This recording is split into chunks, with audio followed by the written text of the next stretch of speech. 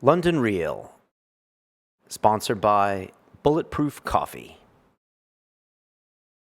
We really would like an honest account of steroid use in bodybuilding. No problem, man.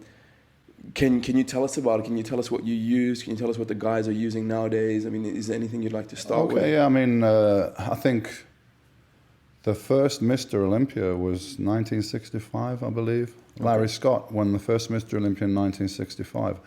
And Larry Scott's on record saying that he used steroids for that.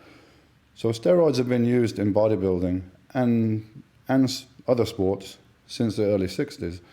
One of the earliest steroids available is Dynabol, and this was actually produced for the US athletes, you know, because the Eastern Bloc had their equivalent. They had their equivalent. So the US developed this, and that's pretty much how it got developed. And you know, what are steroids, first of all, and how do they work? You know, steroids are derivatives of testosterone, which is a male hormone. Gives you your male characteristics, but it also has ability to build and repair tissue. So they used to give it to people, for instance, in hospital situations if they got burns and so on, because the tissue is damaged and it needs help to repair more quickly. So that's what bodybuilders use steroids for. Athletes, any athletes where increased speed and strength is required, trust me, they are using them. Yeah, just that bodybuilders is maybe more of a minor sport. We don't have major sponsors that we need to, you know, keep happy and all that kind of stuff. So we can be more open about it and just say, oh yeah, we use them. But trust me, they're used in other sports. Maybe not as much in some sports, but they're used in you got people that are in a competitive sport. You got competitive people, and they're going to do whatever is required to perform the best in their sport. So steroids are a derivative of testosterone, a male hormone.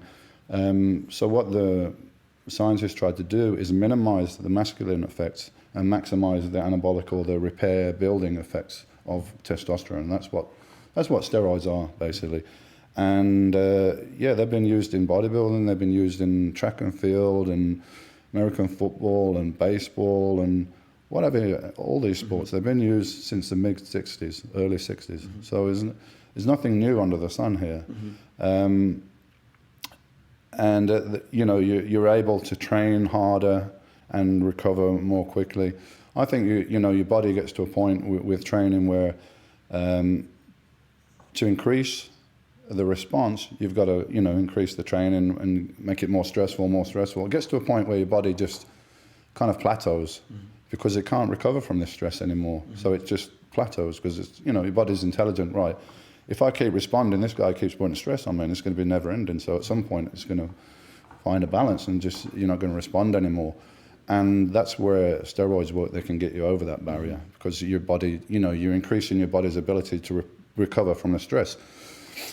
So, you know, a lot of people look at bodybuilders and, look at these guys, they just take steroids. Because we look so different, you know. You know, huge muscle mass, veins, and no body fat competition. We don't look that all the time. That's a competition look. But because we look so different, it's obvious. You can point a finger and say, look at this guy, he takes steroids. But a little skinny 10-stone guy that zips around mountains all day long in the Tour de France, he looks like a normal dude walking down the street. But trust me, those guys are used as much pharmaceuticals as any other sport, you know. So they're used in all sports, pretty much. It's just the degrees.